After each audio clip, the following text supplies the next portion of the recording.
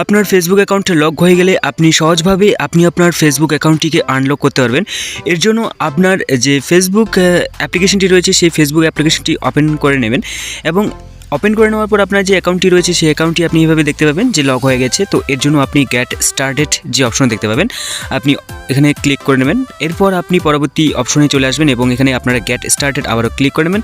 এরপর আপনারা নেক্সট করে নেবেন। নেক্সট করে নেওয়ার পর gate A code on WhatsApp রয়েছে, আপনারা এই অপশনে ক্লিক করে নেবেন।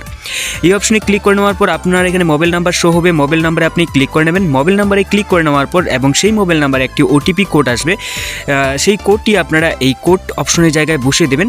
এরপর আপনারা কোড অপশনে বসিয়ে দেওয়ার পর আপনারা নেক্সট অপশনে ক্লিক করে নেবেন এবং নেক্সট অপশনে ক্লিক করে নেওয়ার পর পরবর্তী যে পেজ রয়েছে সেই পেজে আপনারা চলে আসবেন এবং এই পেজে আপনাকে যেটা করতে হবে সেটা হচ্ছে আপনাকে কন্টিনিউ করে নিতে হবে। ঠিক আছে, যে আপনার যে অ্যাকাউন্টে থাকবে সেই অ্যাকাউন্টের মধ্যে টাচ করে নেওয়ার পর কন্টিনিউ করে নেবেন। এরপর আপনারা নেক্সট অপশনে ক্লিক করে নেবেন এবং নেক্সট অপশনে ক্লিক করে নেওয়ার পর পরবর্তী যে স্টেপ রয়েছে পরবর্তী স্টেপে আপনাকে নিয়ে আসবে এবং এখানে আপনারা কন্টিনিউ করে নেবেন।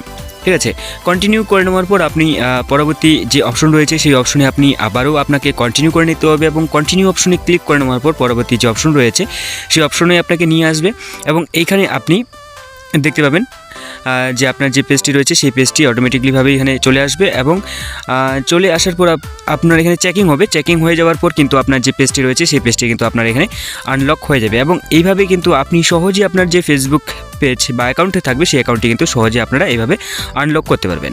দেখা হচ্ছে পরবর্তী নতুন ভিডিওতে। Bye bye.